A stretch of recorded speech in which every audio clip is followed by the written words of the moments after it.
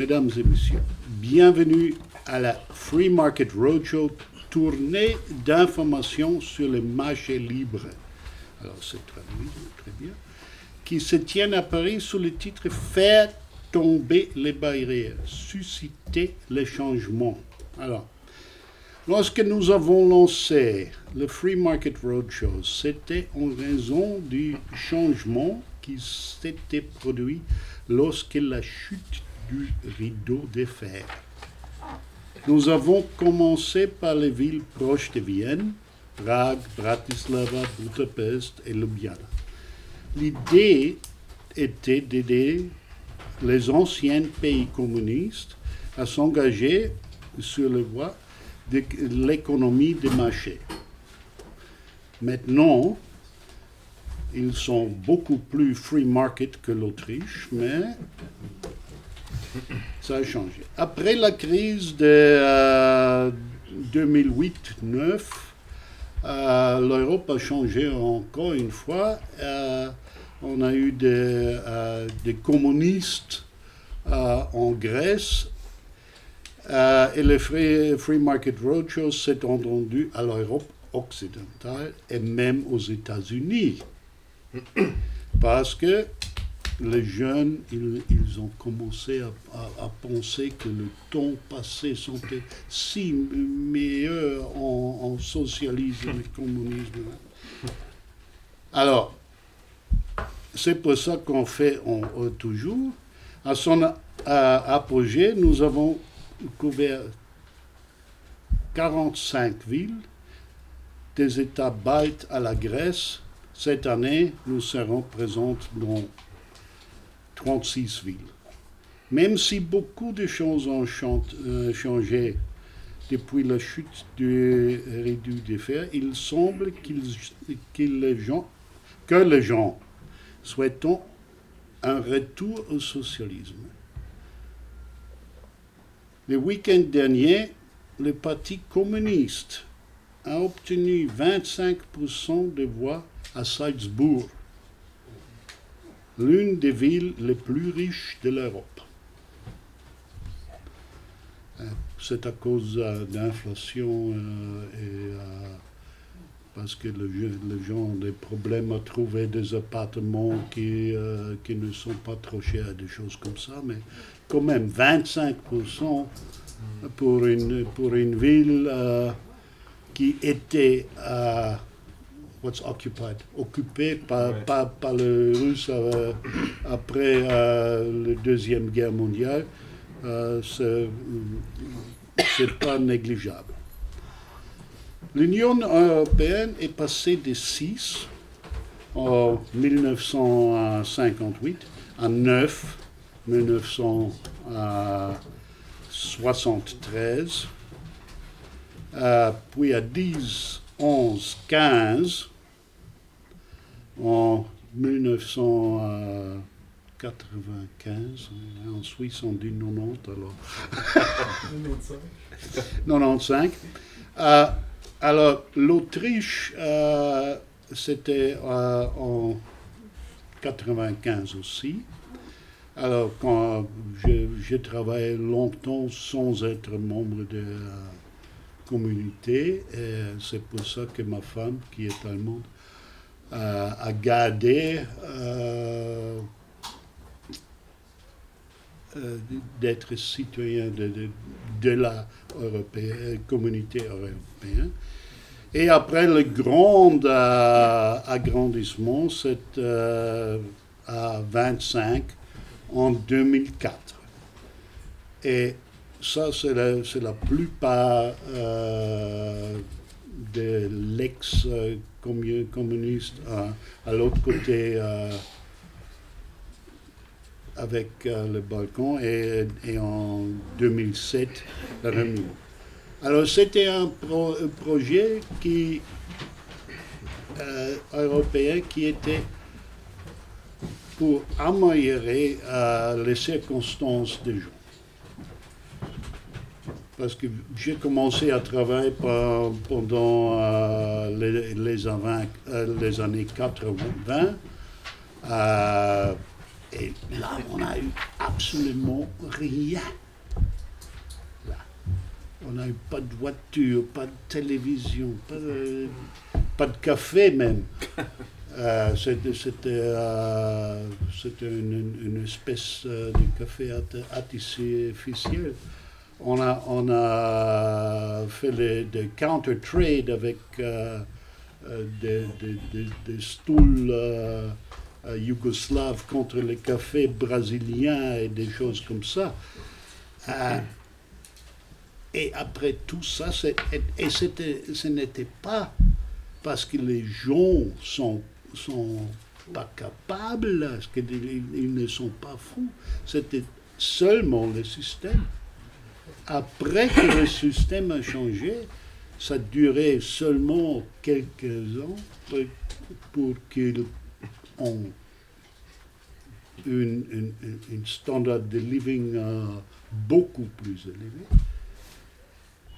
Mais les gens pensent que on va. Alors, nous savons que la Croatie était le dernier à céder et le Royaume-Uni a quitté en 2020. Alors, on peut parler de ça ou pas.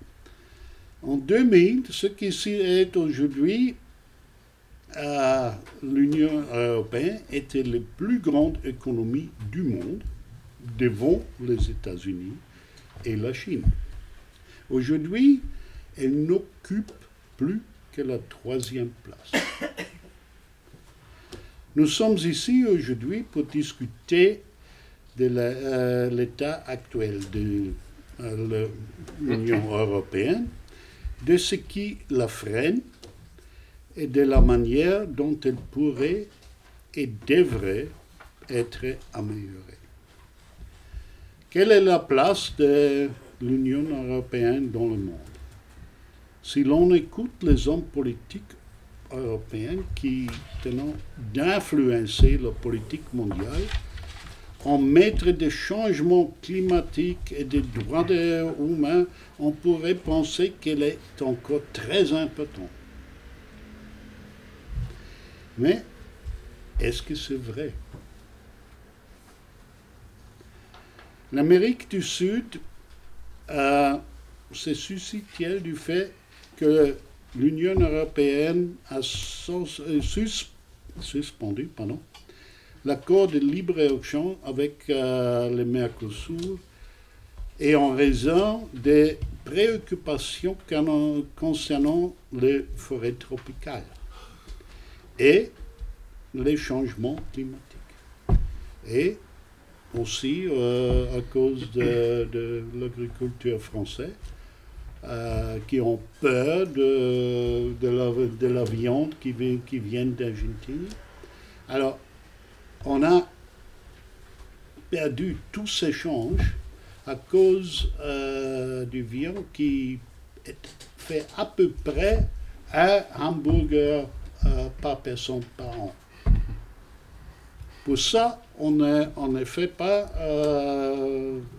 le trade avec Mercosur.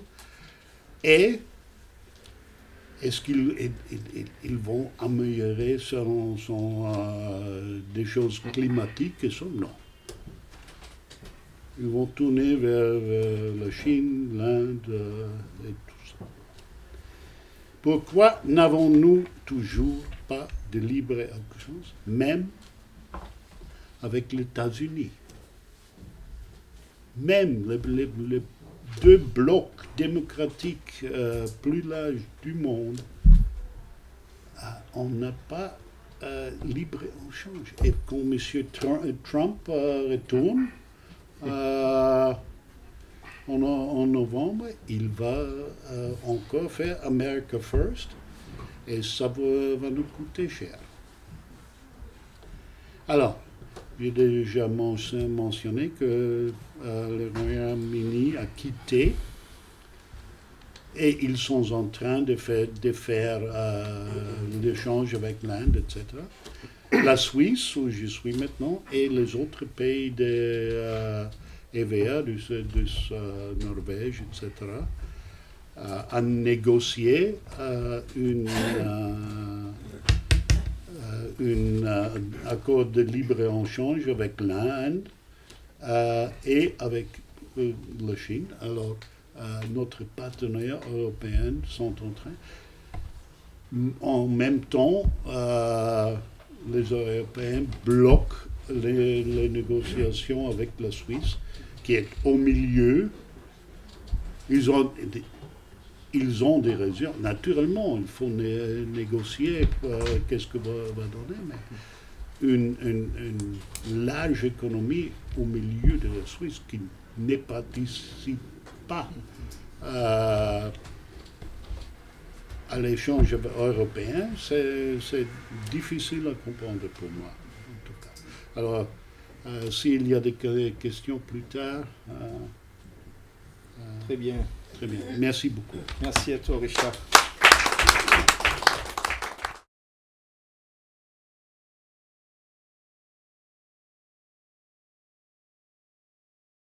Alors, pour commencer, l'approche anti-business des institutions européennes, au cours des 5 dernières années, le Parlement européen et aussi la Commission ont mis à mal les entreprises et leur ont imposé de la bureaucratie, des formalités administratives et des règles inutiles.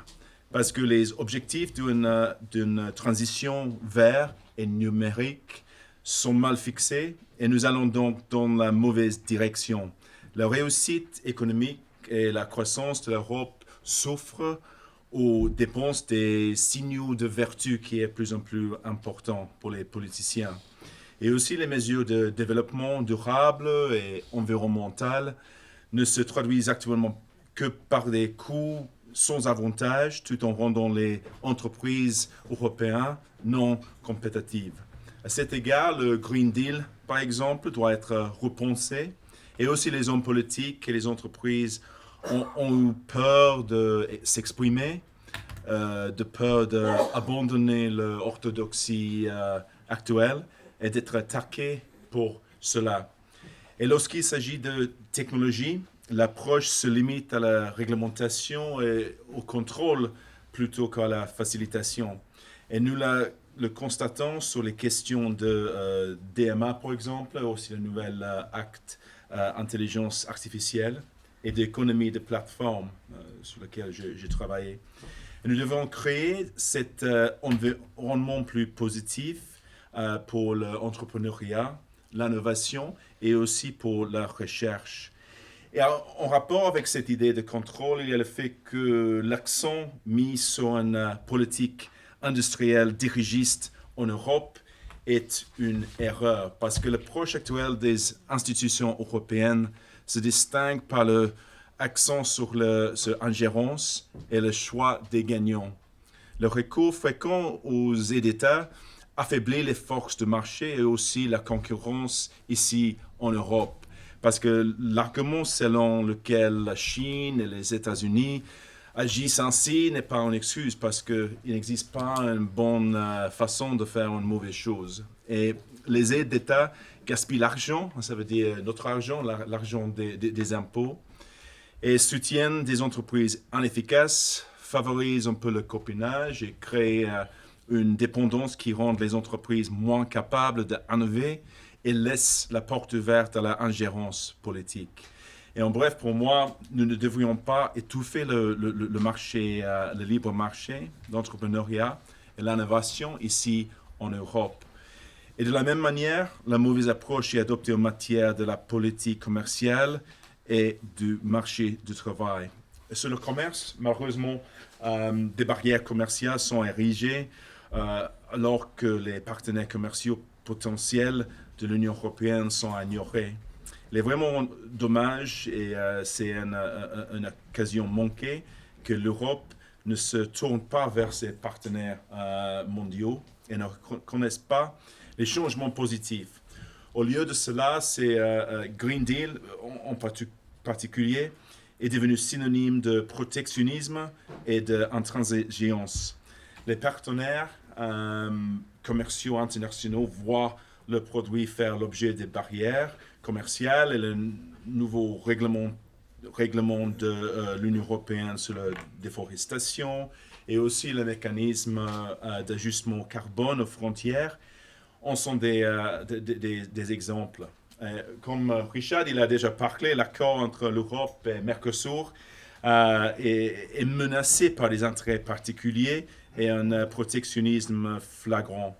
Et l'économie, c'est l'économie et les consommateurs qui sont les grands perdants. Et cela ennuie les alliés potentiels. Comme Richard il a dit, par exemple, le président de Uruguay, il déclare qu'il devrait plutôt considérer la Chine comme un partenaire stratégique plus que l'Europe, parce que c'est plus abordable, ce qui entraînerait également un déclin d'influence de l'Europe à l'échelle mondiale. L'Europe devrait donc abandonner sa voie isolationniste actuelle et essayer de s'engager avec les démocraties amies du monde entier pour essayer de renforcer le commerce et promouvoir l'ouverture des marchés. Dans un monde de plus en plus marqué par la polarisation et la fragmentation, il est plus important que jamais que l'Europe donne les bons exemples et agisse comme un partenaire commercial ouvert et mondial, plutôt comme une espèce d'Europe forteresse. L'Europe serait mieux servie en donnant l'exemple plutôt qu'en dictat. Et construire un consensus mondial serait également plus puissant et plus durable. Les actions concrètes devraient inclure l'établissement d'un dialogue et l'implication des pays dans le processus de réglementation et de normalisation. En allant plus loin, cela devrait couvrir la reconnaissance des normes mondiales et souligner aussi que les pays ont des niveaux de responsabilité différenciés pour atteindre l'objectif global. Et peut-être quelques mots sur la politique de travail aussi. L'Union européenne est coincée dans une vision de marché de travail des années 50. Pas la France qui a sauvegardé le progrès dans le changement dans le monde du travail. Mais en gros, l'Europe ne comprend pas le rôle de la numérisation ainsi que la nécessité de flexibilité et de choix. Et les Européens souhaitent avoir plus de choix en ce qui concerne la manière de gagner de l'argent. Il y a actuellement presque 40 millions de travailleurs indépendants en Europe et la directive sur les droits des travailleurs des plateformes, sur lesquelles Pierre parlait, menace une présomption d'emploi. Il est vital que des millions d'entrepreneurs à travers de l'Europe ainsi que des indépendants et des entreprises individuelles ne soient pas contraints à des relations de travail contre le gré. Et aussi un passage faussé d'un modèle économique autonome à une structure d'emploi rigide serait terrible pour les talents indépendants et risque de réduire la flexibilité et aussi la liberté qui sont fondamentales pour lesquelles beaucoup choisissent d'être entrepreneurs indépendants et travailler dans des plateformes. Alors, en bref, pour finir dans cette stade de la discussion, la Commission von der Leyen est responsable de projets et de programmes coûteux qui ne contribuent guère à la croissance économique, tout en entravant les formalités administratives et les règles coûteuses au nom de la durabilité et des objectifs verts, tout en essayant de diabolisant les entreprises légitimes. Dans le même temps, le Parlement européen soutient cette position et agit presque comme une grande ONG plutôt que comme un co-législateur. Alors que l'Europe est à la traîne de la Chine et des États-Unis en termes d'innovation, de compétitivité et de croissance, il est vraiment temps d'écouter le marché et essayer de permettre à la libre entreprise de prospérer. Merci. Merci. Merci.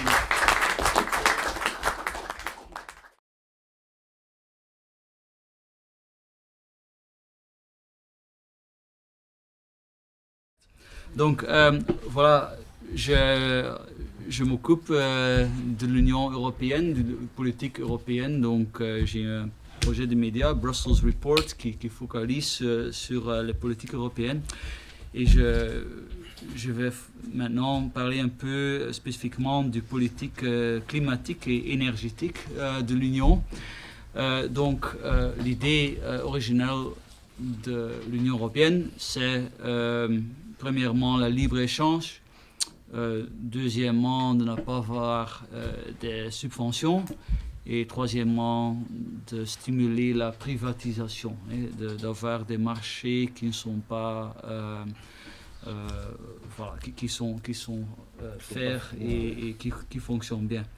Quand on regarde le marché énergétique, peut-être on ne peut pas dire que c'est tout à fait réalisé. Ce n'est pas tout à fait libre. Par exemple, le nucléaire qui est fort en France, mais en beaucoup de pays, les procédures sont très compliquées. Voilà, en Belgique, il y a même, moi je suis belge, c'est interdit, le nucléaire, c'est interdit. Il y a une loi qui interdit le nucléaire. Oui, on a des centrales nucléaires, mais l'idée qu'ils vont disparaître. Et les Verts dans le gouvernement, ils ne veulent pas changer ça.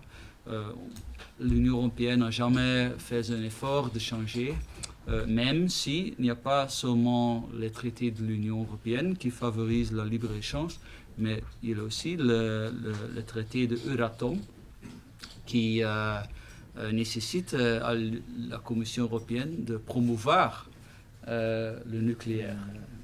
Ce qu'ils ne font pas, c'est seulement Macron et la France qui poussent. Et maintenant, avec une alliance pour le nucléaire, voilà.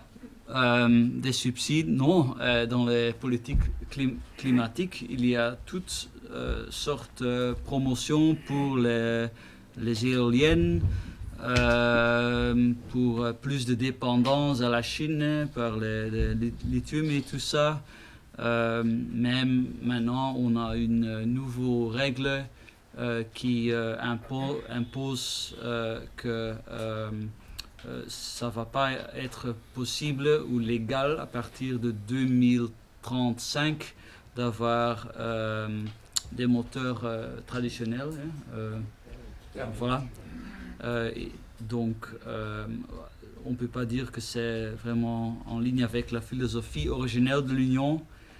Et troisièmement, oui, les marchés ont été ouverts, mais ne sont pas des acteurs privés comme en Belgique. Notre centrale nucléaire sont propriété de Engie. Et Engie, c'est partiellement propriété de l'État français. Voilà, donc, mais ça, c'était la situation avant 2019. Quand Madame von der Leyen, qui est presque sûre d'avoir un deuxième mandat, quand elle est entrée, elle a poussé le European Green Deal, un paquet énorme de mesures climatiques et énergétiques, je dirais très à gauche. Et je vais vous dire un peu, un tour de table de ce qu'il a décidé. Premièrement, on a des targets, c'est quoi target en français? Les objectifs pour le CO2, qui viennent de plus en plus stricts. Maintenant, on a des objectifs pour 2030, pour 2040, pour 2050. Deuxièmement, on a l'économie circulaire, toute série de régulations pour la construction qui va avoir un impact sur le prix des bâtiments, naturellement. Hier, le Parlement européen, on a décidé une mesure qui fait la rénovation obligatoire des bâtiments. L'Italie, l'Allemagne, mais spécialement l'Italie, étaient très critiques. Ils ont dit wow, les gouvernements n'ont pas l'argent et et les citoyens n'ont pas l'argent, donc c'est pas une très bonne idée de forcer la rénovation. Naturellement, quand on pense que c'est économique, on va le faire. Hein, voilà. Mais ce qu'on va dire maintenant, c'est que vous êtes obligé d'aller beaucoup plus loin pour le climat, même si ce n'est pas économique. Et oui, je trouve ça incroyable. Et, on a tous les sondages, on a les agriculteurs qui protestent et néanmoins, je pense que c'est 2/3 du Parlement européen qui s'en fout et ils continuent. C'est intéressant pour voir ça. Alors on a exactement tout le problème avec les agriculteurs et qui ont aussi été victimes d'une vraie avalanche de nouvelles réglementations et réglementations sur le nitrogène. En Hollande, c'était Belgique aussi quand même. C'était très important. C'est pas seulement de von der Leyen, c'est déjà à cause des mesures des années 90 et 90. Mais toutes ces combinaisons, ça va être très difficile pour les agriculteurs. On a le farm to fork, c'est une sorte, le central planning. Hein, de la ferme à la fourchette. Oui, voilà, de la ferme à la fourchette. Un élément, c'est d'imposer, je pense que peut-être on va pas faire ça, j'espère, minimum 25% du secteur agriculteur qui doit être organique. Organique. C'est quoi? C'est organique. Bio. Voilà. Minimum 25% bio. Moins de pesticides. On a déjà, on n'a pas jeté, mais on a dit, on donne un extra 1, plus de subsides verts et toutes les choses comme ça. Moins d'émissions aussi, c'est décidé cette semaine par le Parlement européen à Strasbourg. Voilà. On a toutes des règles aussi sur la taxation, le Energy Taxation Directive. On veut des taxes plus hautes pour le pétrole. Le gilet jaune en France, c'est déjà oublié, tous ces protestes. Aussi, on veut faire fin aux exceptions pour l'aviation. On n'aime pas l'aviation, il faut rester dans son village. Le train à la limite. C'est plus intéressant. Le vélo. Voilà. Aussi important, par exemple pour la Suède, c'est les EU Forest Strategy, donc une stratégie pour les forêts. Hein. On peut se demander si c'est une compétence européenne, mais oui, de ce détail, c'est pas très important pour la Commission. Il faut et vraiment, oui, les experts en Suède qui ont beaucoup d'expérience avec comment gérer les forêts, ils sont vraiment pas contents avec cette intervention de Bruxelles. Alors, on a, oui, toute l'histoire de l'hydrogène. Je ne connais pas si vous connaissez le professeur Samuel Fufari, il est belge, italien en fait, mais il a été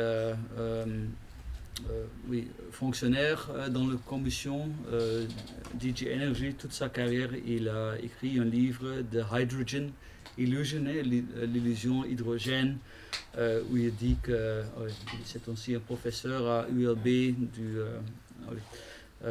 il a dit que oui, voilà, on a trop de pertes avec l'hydrogène, mais même l'hydrogène, c'est vraiment la grande espérance pour la Commission parce qu'il voit que les éoliennes, le problème c'est qu'ils ne sont pas stables, et donc ils pensent que alors il nous faut hydrogène pour servir comme batterie. Mais c'est vraiment une technologie qui n'est pas encore là. Et alors, la solution, quand on n'a pas une technologie pour la Commission européenne, c'est de dépenser énormes sommes d'argent. Donc maintenant, il y a beaucoup de lobbyisme à Bruxelles pour l'hydrogène. Voilà, on peut gagner beaucoup quand on s'occupe de ça, mais je ne pense pas que ça va avoir un fin qui est très heureux. Il y a déjà, je pense, le premier scandale avec ça, donc on n'est pas vraiment étonné. Alors oui, je dis, interdire les voitures traditionnelles, alors promouvoir les éoliennes, et peut-être intéressant de savoir qu'on pense toujours au le vent et le soleil, mais en fait le plus grand pourcentage de énergie renouvelable, c'est le biomasse. Et le biomasse, c'est quoi? C'est d'importer du bois du Brésil et de faire en feu en Europe. Et il y a beaucoup de scientifiques qui c'est aussi un peu un débat, qui ne sont pas contents que la Commission a déclaré celle énergie renouvelable. Et ils ne sont pas contents que c'est favorisé. Naturellement, idéalement, il ne faut pas favoriser du tout, mais ça, oui, je pense que c'est évident qu'il y a beaucoup de problèmes avec une sorte de manque de rigueur scientifique, exactement, dans toutes ces politiques. Alors aussi, on a le commerce, et on a en Amérique le Inflation Reduction Act, des subsides et tout ça. La réponse de l'Union européenne, c'est aussi avoir des subsides européens, de tolérer aux États membres, de donner des subsides, d'avoir des subsides sur le niveau européen. Donc, ils ont vraiment abandonné la philosophie originelle. Et alors, on a aussi le CBAM. Le CBAM, c'est comme Glenn a déjà dit, je pense, c'est une sorte de tarif douanière climatique, hein, parce que les politiques européennes, ils disent c'est pas juste que l'Inde et le Brésil et la Chine qu'ils ne copient pas notre politique européenne, donc il nous faut plus de protectionnisme. Et maintenant, cette semaine, l'Inde a annoncé qu'ils vont faire action contre ça, légalement, aux organisations OMC, voilà, mondiale du commerce. On a déjà une sorte de taxe climatique, le ETS, c'est une sorte, cap and trade, c'est quoi en français? Plafond et... Oui, voilà, une sorte de système d'imposer des coûts pour les émissions aux entreprises, mais maintenant, naturellement, ce n'est pas les entreprises, c'est les consommateurs. Voilà, qu'est-ce qu'on a fait les derniers 5 ans? On a expansionné ce système aussi aux maisons, au transport, aux aviation. Voilà, donc peut-être aussi pour finir, c'est pas seulement la politique européenne, c'est aussi la politique des États membres. C'est ok, ils disent qu'on ne veut plus de fossil fuel, donc du pétrole et du gaz. Mais ils commençaient à finir avec l'exploitation en Europe. Moi je dis ok, moi je suis contre de finir avec ça, mais si je serais en faveur de finir avec le gaz et le pétrole, je pense que ça serait plus raisonnable de commencer avec couper les imports avant de s'arrêter avec comme le gaz en Hollande, le plus grand de l'Europe, ou avec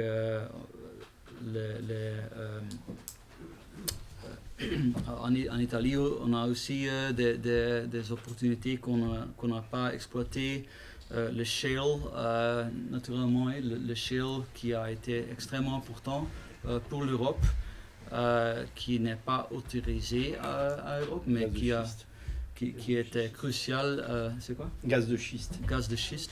C'était crucial de servir comme alternative quand la Russie a coupé le gaz à l'Allemagne. Mais maintenant, l'Allemagne paye beaucoup plus pour le gaz américain que pour le gaz russe, parce que c'est du gaz sur schiste. Mais c'est un peu, oui, je trouve pas très raisonnable qu'une sorte de gaz qui est pas autorisé en Europe, qu'on est dépendant de ça maintenant. Voilà, donc... Beaucoup d'incohérences. Exactement. Merci. Très bien, ben merci Peter. Ce que je propose...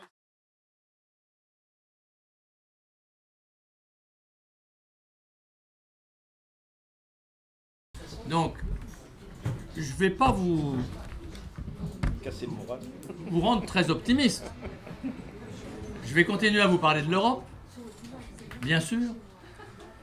Mais en revenant sur cette ritournelle, vous voyez, cette ritournelle qu'on entend maintenant de la souveraineté. Ah, il faut que l'Europe devienne souveraine, et vous verrez, ça ne va pas encore, mais ça sera parfait. Ah, on a le miracle en vue. Alors la souveraineté, c'est quoi? Ben, au fond, c'est le pouvoir en dernier recours. C'est le pouvoir qui donne la maîtrise à un peuple sur son territoire. On est d'accord, je pense, à peu près. On peut définir ça de mille et une manières, mais c'est à peu près ça. Ça exige deux choses. Les compétences et les ressources pour exercer ces compétences. Quand on les a, on a le pouvoir de dernier recours. Alors, l'Europe, elle a déjà gagné les compétences. Je ne suis pas tout à fait d'accord avec vous, madame. L'Europe n'est pas née à gauche. Elle est née dans la démocratie chrétienne de droite. C'est Gasperi, c'est Adenauer. Bon. Donc, globalement, elle a évolué. Alors, au début, l'Europe, c'est quand même très simple. C'est le marché, c'est la liberté de passer d'un pays à l'autre pour les hommes, les marchandises, les idées, les finances, tout. Mais ça n'est rien d'autre. La communauté européenne, elle est bien définie, et elle est définie positivement. Ce qui n'est pas dans la communauté ne lui appartient pas. Et pour bien être clair, le traité de Rome nous dit que la communauté européenne n'a pas de ressources à elle. Elle a une partie des ressources qui viennent des États. Et elle n'a pas le droit de toucher à la fiscalité. C'est clair. Elle n'est pas de gauche. Si on veut employer ces catégories.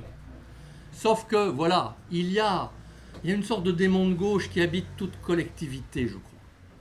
Et quand le communisme est mort, il a fallu que ceux qui mouraient avec lui s'emparent d'autre chose. Et ils ont été partout, notamment pour reprendre l'Europe en main. Alors ils ont commencé par les compétences. C'est Maastricht et puis Lisbonne. D'ailleurs, Lisbonne, c'est clair, on n'en veut pas, eh ben, on va vous le mettre quand même. Excusez-moi de l'expression, elle n'est pas belle. Mais voilà, vous avez voté contre, ben, on va y arriver quand même, vous n'en faites pas. Et c'est ce qu'ils ont fait. On vote contre en 2005 et il arrive le traité en 2007 autrement. Et dans ces traités, notamment le dernier, le traité de Lisbonne, qu'est-ce qu'on dit sur les compétences? On dit qu'il y a trois sortes de compétences de la communauté, de l'Union européenne, pardon. Les compétences propres, les compétences partagées et les compétences d'accompagnement. Eh bien, dans ces trois compétences, on retourne le principe de subsidiarité, qui n'avait pas d'ailleurs été déjà défini bien clairement, mais on le retourne. C'est désormais l'Union européenne qui décide de ce qu'elle doit faire, et dans ce qu'elle décide de ne pas faire, elle laisse les miettes aux États. Et c'est clair dans ces trois types de compétences. On pourrait se dire, c'est vrai pour les compétences exclusives, pas pour le reste. Non, non, non, non. Et c'est elle qui définit ce qui est de son ressort et ce qu'elle laisse aux États. Certes, pour les compétences partagées et d'accompagnement, il peut y avoir un recours du Parlement européen. C'est arrivé 2 fois, je crois. C'est extrêmement rare et c'est extrêmement difficile. Donc en réalité, l'Europe s'est attribué, sournoisement d'ailleurs, tout le monde ne l'avait pas vu, mais le pouvoir déjà supranational. Sauf qu'il lui manque les ressources. Alors c'est un peu embêtant parce qu'elle est quand même limitée. Mais là, elle a trouvé 1001 moyens de contourner le traité lui-même. Le traité lui dit, pas de fiscalité européenne. Oui, mais on a la compétence concurrence, certes. Et alors, pour qu'il y ait une vraie concurrence, il faut que les entreprises puissent se fusionner entre elles. Il faut que les dividendes puissent aller, ou les intérêts, d'un pays à l'autre sans entrave, donc sans fiscalité. Donc on gère cette partie-là de la fiscalité.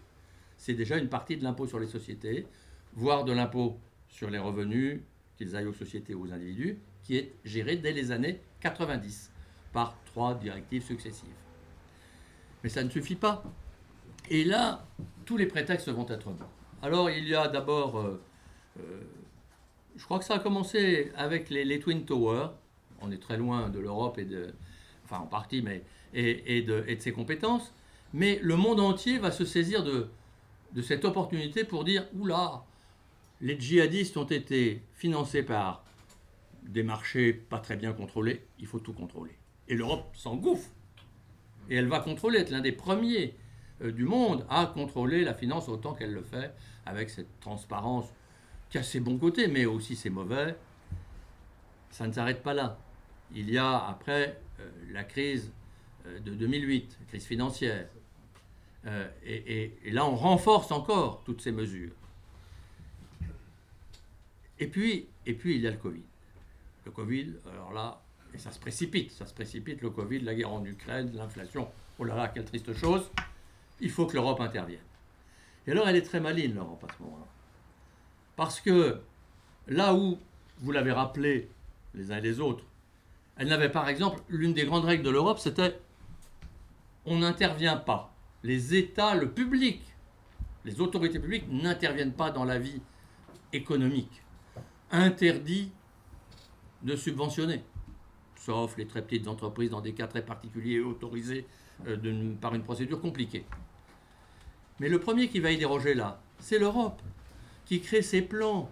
Le plan Covid, le plan Euro, EU Power, le Repower, le plan Chips, le plan etc., qui sont des plans dans lesquels, en fait, l'Europe a trouvé la solution. Elle met des montants considérables. Le premier plan Covid, c'est 750 milliards quand même, qui sont pour une large partie prêtés, pour une partie donnée aux États, à l'Europe.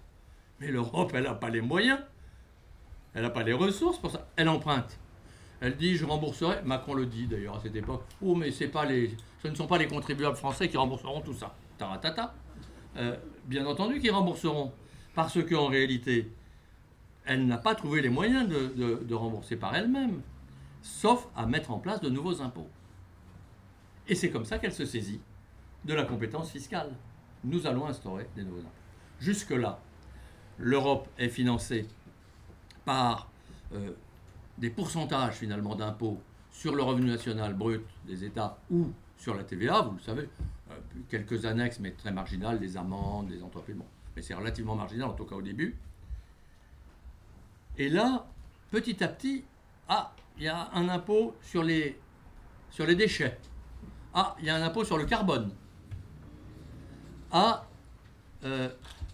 On va créer, ça c'est en cours, pilier 1. Vous savez, les piliers, ça c'est mondial, mais l'Europe est là et puis elle attise le feu.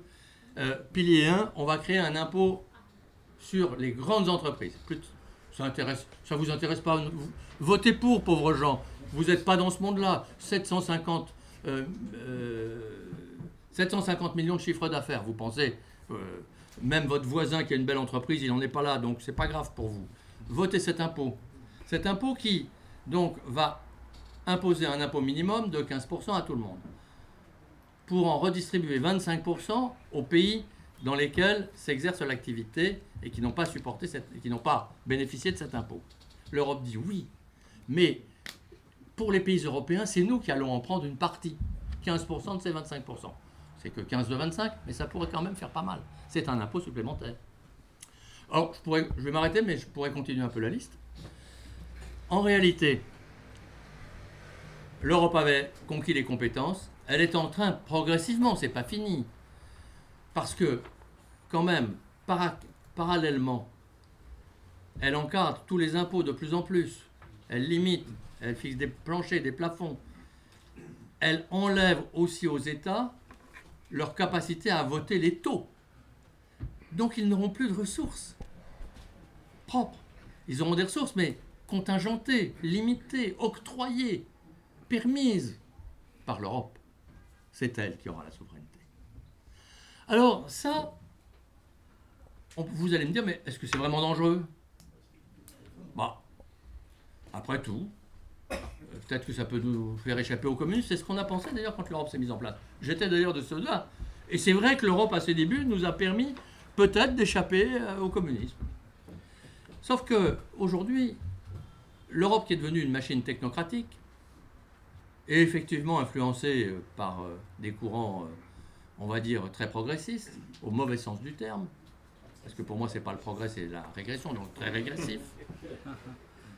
Cette Europe-là, en fait, si elle a tous les pouvoirs, eh bien, elle va nous imposer ce que vous venez de critiquer, la rénovation de nos logements.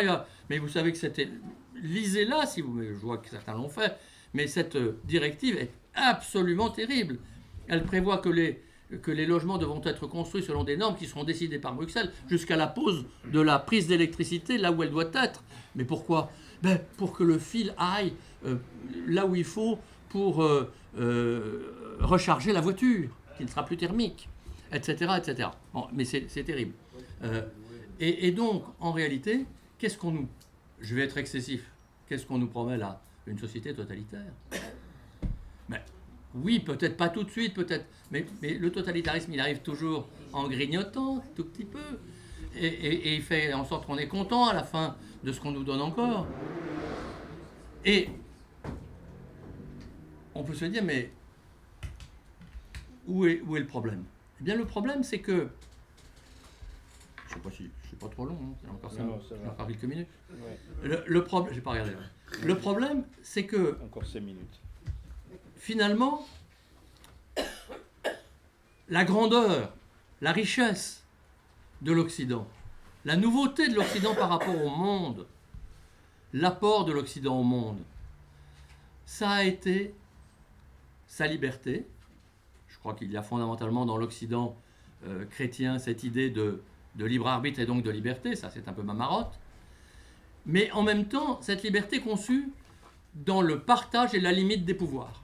Car il n'y aurait pas eu de liberté s'il n'y avait pas eu, dans la naissance de l'Occident, cette séparation des pouvoirs. Cette séparation, elle est née aussi du christianisme. C'est rendez à César ce qui est à César et à Dieu ce qui est à Dieu. C'est-à-dire, en fait, à la constitution de pouvoirs médiévaux et successifs, fondés sur deux pieds différents. Plus que sur deux pieds, sur deux personnes morales différentes. L'Empire, et tous les monarques, mais c'est quand même l'Empire à la base, et l'Église. Et cette dualité a été un moyen d'opposer un pouvoir à l'autre et de le limiter. Et si on regarde par rapport aux autres empires dans le monde, ce qui leur a manqué, c'est ça.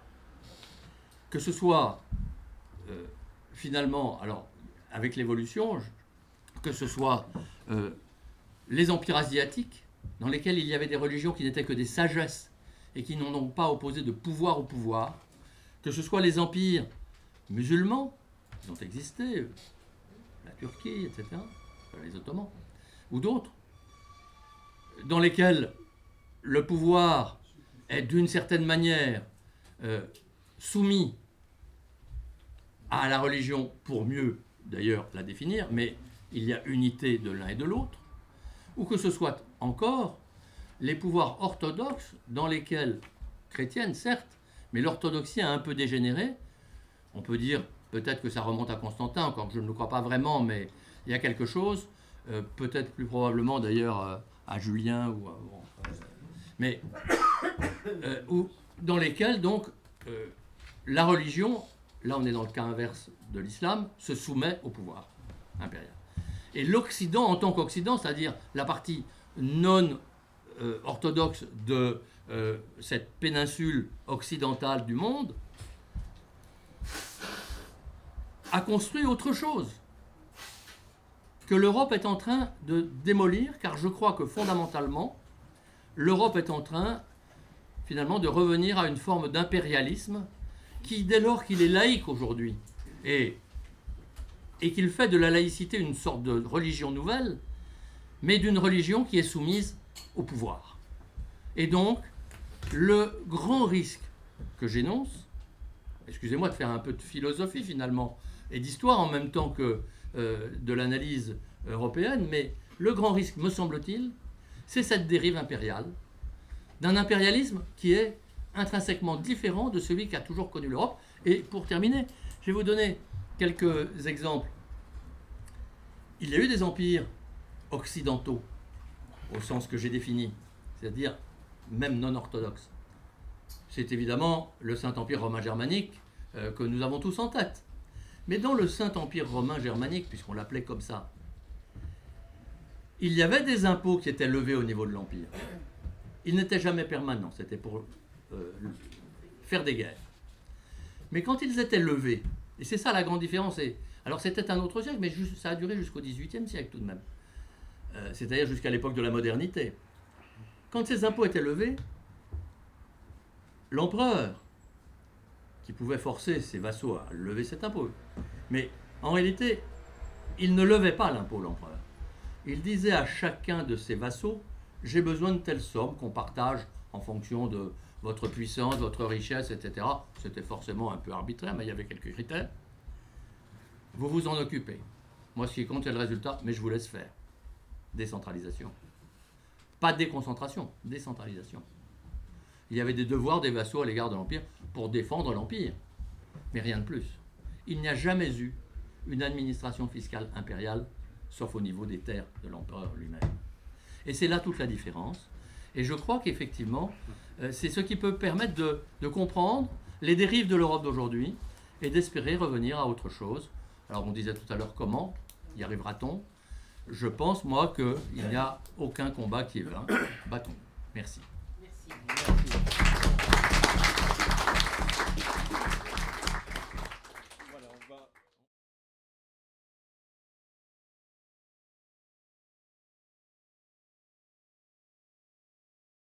Merci, je suis très heureux d'intervenir sur l'avenir politique de l'Union européenne, puisque comme vous dites, je chronique l'Europe et l'ex-URSS au quotidien Les Échos. Et donc, pour ce qui est de l'Europe, nous connaissons le cliché qui est qu'elle s'est toujours construite dans les crises. Et alors, évidemment, il y a certainement un vieux sage chinois ou bouddhiste qui a dit qu'il n'y a pas de crise, il n'y a que des opportunités. Et de ce point de vue-là, on est gâté, puisque l'Union européenne traverse en ce moment deux crises majeures, l'une géopolitique, et l'autre, j'allais dire, existentielle ou démocratique. Enfin, c'est un deuxième point. La crise géopolitique, c'est qu'il faut bien voir qu'il y a la résurgence des empires. On parlait d'empire à l'instant. L'empire russe, l'empire chinois, l'empire turc, iranien, et puis aussi cet empire sans territoire qui est le djihadisme. Et évidemment, plusieurs de ces empires sont loin de nous. Ils sont prêts à nous dominer économiquement, comme c'est le cas de la Chine. Mais celui qui nous concerne le plus, évidemment, c'est la guerre en Ukraine. Alors, la guerre en Ukraine, enfin, les volontés de vassalisation de l'Ukraine par Vladimir Poutine, certains disent que ce n'est pas notre guerre.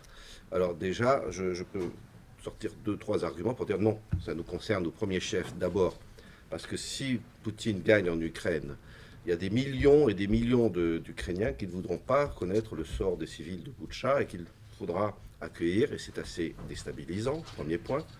Deuxième point, l'appétit vient en mangeant dans les dictatures. Donc après l'Ukraine, il ne s'arrêtera pas là, il attaquerait la Pologne, où on serait obligé d'aller à son secours au nom de l'OTAN, les États baltes, la Finlande, etc., puisque nous voyons bien des déclarations du Kremlin qui disent que ces pays-là sont un peu artificiels et ont des frontières historiques non établies. Et un troisième point qui est rarement vu, c'est que si la Russie, puissance nucléaire, boulotte, passez-moi l'expression, une partie de l'Ukraine et la vassalise. C'est sa stratégie qui est inscrite dans la doctrine du Kremlin depuis assez longtemps. Eh bien, tous les pays non nucléaires du monde et qui ont des voisins nucléaires vont se doter le plus vite possible d'armes nucléaires pour empêcher cela. Cela veut dire que donc dans 10 ans, vous aurez des puissances nucléaires en Arabie Saoudite, en Égypte, en Turquie, à Taïwan, en Corée du Sud, au Japon, en Indonésie et au Vietnam. Donc un monde avec 25 ou 30 puissances nucléaires ne sera pas très agréable pour nous. Voilà ce qui est en jeu pour nous. Et cela explique pourquoi finalement les Européens qui sont toujours prêts à se diviser, quand même, là, il y a eu une riposte qui a été beaucoup plus ample et plus unie que ce qu'on aurait pu attendre. Je dois admettre qu'il y a 2 ans, quand je chroniquais dans les Échos que la guerre était imminente parce que tous les éléments montraient que Poutine ne bluffait pas, j'aurais jamais imaginé que les pays européens fournissent tant d'armement, pas assez, mais fournissent tant d'armement quand même à l'Ukraine. Et qu'ils soient si unis, à part la Hongrie, 26 sur 27. Et on peut d'ailleurs compter aussi, quand je dis européen, c'est l'Union européenne, mais il y a aussi les Britanniques qui étaient lucides depuis le début sur Poutine. Donc il y a eu une wake-up call, comme disent les Britanniques, qui s'est encore accentuée récemment avec la conférence sur la sécurité de Munich et qui explique brusquement que les Européens se rendent compte que d'abord les États-Unis de Trump ne viendront plus forcément les protéger et qu'il faut vraiment mettre les bouchées doubles en matière d'armement. On sort de l'irinisme naïf où on pensait que nous n'avions pas d'ennemis, juste des malentendus, et que si nous étions gentils avec un beau carnet de chèques, nous arriverions toujours à acheter la paix et la sécurité. Tout cela s'inscrit dans un contexte où il faut reconnaître quand même qu'il y a encore quelques dissensions. On voit bien le chancelier Scholz qui rêve de revenir aux relations confortables avec le Kremlin d'avant la guerre, avec de l'énergie bon marché sans laquelle son industrie est en train de chuter. Donc, heureusement, il commence à être très contesté en interne. La CDU tient des discours tout à fait lucides et intéressants de ce point de vue-là. Malheureusement, il est encore au pouvoir pour 2 ans. Mais il est vrai, ce point de l'Allemagne qui est un peu devenue, passez-moi l'expression, la planche pourrie de l'Union européenne. À côté de quoi, nous avons aussi un président Macron toujours dans le disruptif narcissique, on va dire, et qui notamment, sa fameuse proposition qu'il ne faut pas exclure le déploiement de troupes au sol pour introduire de l'ambiguïté stratégique, a été un peu malheureuse, même si on peut en comprendre le principe, parce que l'incertitude stratégique, normalement, on n'en parle pas. C'est ça la vraie incertitude. Et il s'est exprimé, et aussitôt, il a été désavoué par une bonne partie des partenaires européens, quoique pas le Royaume-Uni, haute puissance nucléaire dotée, ce n'est pas anodin.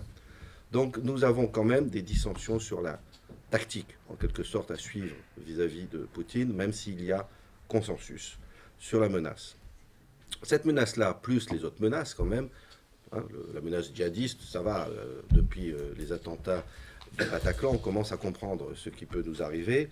Toutes ces menaces-là font qu'il y a un moteur qui est que l'Europe doit devenir une Europe puissance, qui est le leitmotiv d'ailleurs depuis très longtemps. On dit les États-Unis puissance, la Chine puissance, nous aussi.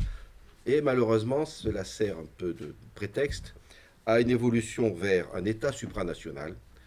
Et c'est ça mon deuxième point, c'est toutes les menaces vers un fédéralisme antidémocratique, de suradministration qui a été très bien décrit à l'instant. Un fédéralisme à pas feutré, qui ne s'assume pas. On dit toujours, pas du tout, c'est pas du fédéralisme. Nous restons avec des souverainetés. Eh bien, en fait, pas tant que ça. Parce que je voudrais rappeler, il me semble que 1992 est une date clé de ce point de vue-là, où l'Europe a basculé dans, alors je ne sais pas ceux d'entre vous qui sont férus de films de guerre, Un pont trop loin, qui est un film remarquable décrivant comment, pour gagner la guerre le plus rapidement possible, les Alliés se lancent dans une opération parachutiste pour s'emparer d'un seul coup de 3 ponts aux Pays-Bas. Et c'est un désastre qui a failli permettre à Hitler de contre-attaquer, et je ne dis pas de gagner, mais ça aurait pu très très très mal se terminer. Et l'Europe vire un peu à un pont trop loin, me semble-t-il, parce que depuis 1992, nous voyons un effritement des souverainetés. Alors la souveraineté, les spécialistes de sciences politiques le savent mieux que moi, c'est les 5 points. Les frontières, bon, avec Schengen, nous n'en avons plus. En théorie, on devait avoir des frontières extérieures plus fortes. On a laissé les Italiens et les Grecs, malheureusement, en première ligne, et ils n'ont pas les moyens, et personne ne les a d'ailleurs, d'empêcher des flux comme ça, ou qui fait que quelqu'un qui rentre dans un quelconque pays de l'Union européenne peut ensuite aller n'importe où, avec tous les risques de déstabilisation, et je ne parle même pas des terroristes. La monnaie, nous n'avons plus de monnaie, et il faut bien voir que le taux de change, donc la compétitivité de la moindre entreprise européenne vis-à-vis du reste du monde, est déterminé par le taux de change fixé à Francfort par la Banque centrale européenne, qui fixe le taux d'intérêt. Le taux d'intérêt directeur des marchés financiers, je parle sous le contrôle de ceux d'entre vous qui travaillent dans la finance, c'est celui qui détermine la rentabilité, le volume d'investissement et d'emprunt, et ce qui détermine à peu près tous les prix et quantités des biens et services en cascade de nos économies. Donc c'est quelque chose d'extrêmement imposant, et tout ça, c'est déterminé par des bureaucrates. Au passage, quand des gens vous disent qu'on vit une époque néolibérale, c'est quand même assez... c'est de l'ironie sinistre, je suppose. La fiscalité, qui est le point essentiel de la démocratie, puisque vous le savez tous, la démocratie, no taxation without representation, au Royaume-Uni, puis en France et aux États-Unis, c'est qu'en échange du consentement à l'impôt, nous avons des députés. Les impôts sont de plus en plus sous encadrement européen, ne serait-ce que la TVA, qui représente la majorité des recettes fiscales. C'est d'ailleurs assez logique d'un marché commun, les TVA soient harmonisés. Mais il y a de plus en plus d'impôts qui sont sous la surveillance de Bruxelles. La justice, certes, nous avons une justice nationale, mais il y a la Cour de justice européenne qui peut casser des arrêts, et se fait jour une évolution où on considère désormais que le droit européen est supérieur à la Constitution. Ce qui est extrêmement choquant, parce que la Constitution, c'est quand même la loi suprême d'une nation. Et en excipant d'une interprétation abusive d'un arrêt de 1964, Costa contre Hélène en Italie, selon lequel les lois européennes devaient s'imposer aux lois nationales pour garantir le marché commun, certains, comme l'inénarrable commissaire Thierry Breton, disent non, mais les lois européennes doivent s'imposer non pas aux lois, mais à la Constitution. Heureusement, la Cour constitutionnelle allemande n'est pas d'accord. Ça montre bien que cette interprétation-là est très abusive, mais on sent une dynamique. Le dernier point de souveraineté, qui n'est pas... La souveraineté, quand même, évidemment, quand on dit qu'on est souverainiste, généralement déclassé à l'extrême droite, c'est totalement abusif. Souverain. Le souverain, c'est celui qui contrôle soi, qui contrôle son corps. C'est un objectif parfaitement légitime. Le dernier élément de souveraineté, alors lui, par contre, il n'est pas menacé, c'est le militaire. Les 4 premiers s'érodent. Le militaire, il faut reconnaître que chaque pays a encore son armée, que les projets de défense commune ne marchent pas, parce que tout simplement, on n'est pas sûr d'avoir envie, un soldat français, est-ce qu'on peut assumer de demander à un soldat français de se faire trouer la peau pour défendre un Espagnol ou autre? Tout ça reste dans le cadre de l'OTAN, qui est la référence que tous les pays européens conservent comme essentielle à leurs yeux, sauf la France, et qui est évidemment la seule alliance efficace, terriblement efficace d'ailleurs, parce que sans tirer un coup de feu, elle a abattu un totalitarisme soviétique. Tout cela s'inscrit dans un projet qui en fait est d'émuler en gros les États-Unis. Certains rêvent des États-Unis d'Europe, ce qui est une erreur tragique, parce que les États-Unis c'est un pays, l'Europe c'est une civilisation ou un continent. Les États-Unis se sont construits, non sans mal d'ailleurs, au prix de 2 guerres civiles, de 1776 à 1913 avec la Fed, pendant 160 ans, et c'était un seul peuple, à part les Indiens pour qui ça ne s'est pas toujours bien passé, un seul peuple parlant une seule langue et une seule religion. L'Europe, c'est 15 langues différentes, ou 20, et avec désormais deux religions, enfin une religion extra-civilisationnelle qui maintenant compte des effectifs importants, je fais allusion à l'islam. Voilà tout le contexte d'évolution politique, et tout cela se joue par étapes. Alors je vais vous lister un peu les étapes. Excusez-moi de lire un peu mes notes. Nous avons par exemple la subsidiarité, qui normalement est au cœur du projet européen, qu'on fait prendre des décisions au niveau le plus bas et le plus efficace. Plus on l'invoque, moins elle fonctionne. Alors, à Bruxelles, on n'arrête pas de dire subsidiarité, mais en fait, il y en a de moins en moins, discrètement. La régulation bancaire qui a été mise en place après la crise de 2008, maintenant, une banque, n'importe où en Europe, ne distribue plus un crédit sans que ce soit calculé dans des ratios, qui sont surveillés par les autorités de régulation bruxelloises. L'emprunt commun, qui a longtemps été refusé, parce que ça risquait d'aboutir à des développements néfastes, mais grâce au Covid, qui a été aussi un prétexte à des mesures liberticides qui n'ont aucun équivalent historique. Excusez-moi, je fais une parenthèse, parce que le confinement, j'ai chroniqué le Covid aux Échos, mais resté un peu en travers de la gorge, parce que c'est au passage le complexe, les bureaucrates ont décidé d'émuler une technique mise au point par un régime totalitaire chinois et qui n'avait jamais été utilisée et donc encore moins testée et validée dans l'histoire de l'humanité contre les épidémies. Donc le confinement est quand même aussi fait partie de la manière dont cette bureaucratie a piétiné sous des motifs au demeurant, j'allais dire, légitimes, qu'on pouvait entendre, il y avait un danger, a piétiné les droits et les libertés. Mais un danger qui n'était pas à la hauteur. Ce n'est pas la variole. Hein. Le Covid, c'est moins de 1% de létalité. La variole, vaccination obligatoire, 30%.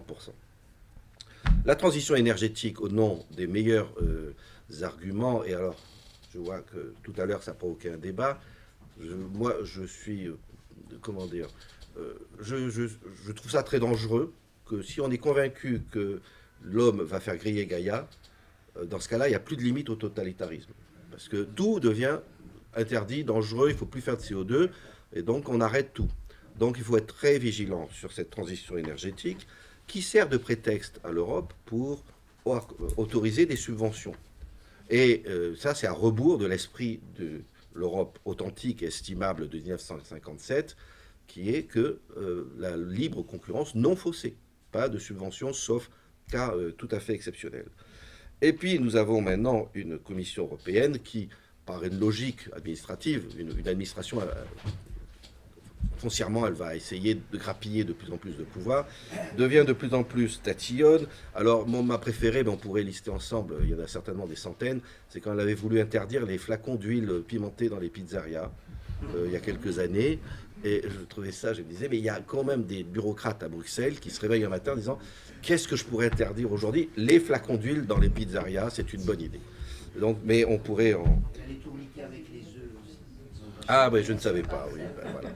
Alors maintenant, plus que l'huile d'olive dans les pizzerias, c'est les voitures thermiques, qui est évidemment, dans 10 ans, plus de voitures thermiques, c'est une folie, et ça n'arrivera jamais, mais au prix d'un appauvrissement, de perte d'emplois et d'entreprises au passage européenne. Les Chinois vont être ravis. Nous avons la Commission aussi, qui s'autoproclame acheteuse de vaccins pendant le Covid. Acheter des vaccins, tous ceux qui connaissent la pharmacie, c'est un métier très spécifique, très dur. Et voilà, Madame von der Leyen a cru qu'elle était absolument géniale là-dedans. Tout ça est une évolution extrêmement dangereuse, mais au passage, je ne voudrais quand même pas faire de la Commission trop un bouc émissaire. Tout cela se fait avec la complicité des gouvernements. Toutes les décisions à Bruxelles sont prises en sommet, où les gouvernements, dans une certaine tartufferie, disent « Ah ben c'est pas moi, c'est Bruxelles.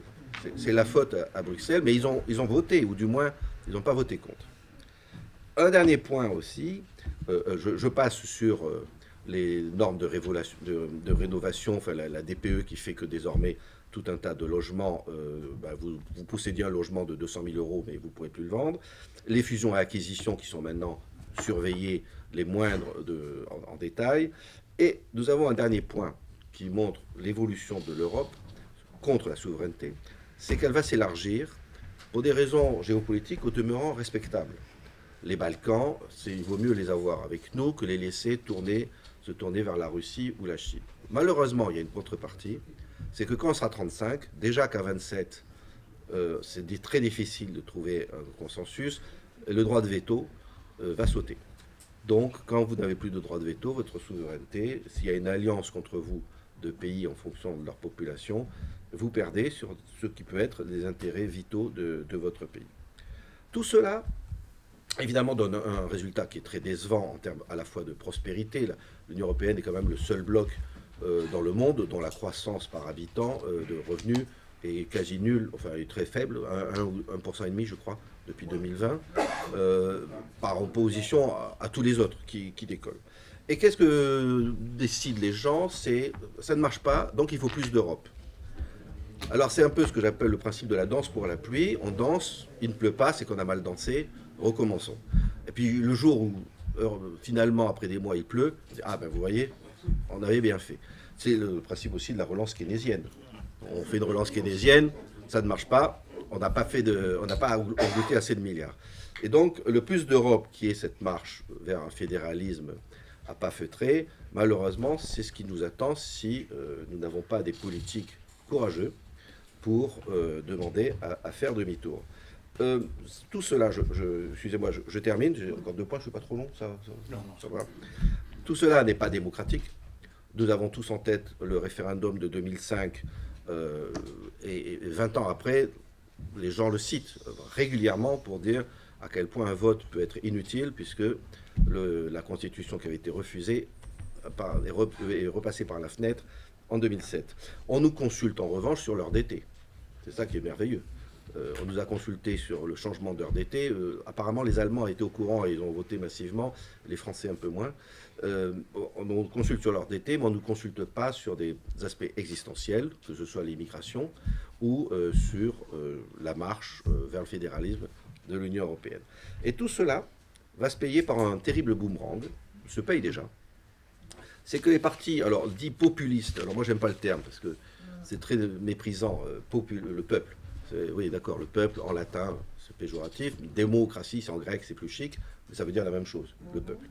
Donc les partis, je préfère dire nationalistes ou partis nationalistes, je vous donne juste la liste, ils pèsent 20 ou 25% des voix, ils sont en tête aux Pays-Bas, en Belgique, en France, en Italie, ils sont même au pouvoir, en Pologne, en Belgique, en Slovaquie, en Croatie, en Autriche, en Hongrie. Et ils sont numéro 2, pas très loin du numéro 1 d'ailleurs, en Finlande, au Portugal, en Suède, en Estonie, en Slovénie, en République tchèque et en Allemagne, où ils ne sont plus qu'à 4 points de la CDU. Si jamais ils passaient devant, probablement pas, mais s'ils passaient devant, vous imaginez le séisme. Voilà la situation. Et donc, en conclusion, je serais tenté de dire la seule perspective acceptable pour nous serait que des politiques reprennent le pouvoir à l'occasion d'élections et retournent à l'Union européenne respectable de 1957 où c'était un marché et où on n'essayait pas de laisser un fédéralisme bouffer nos libertés.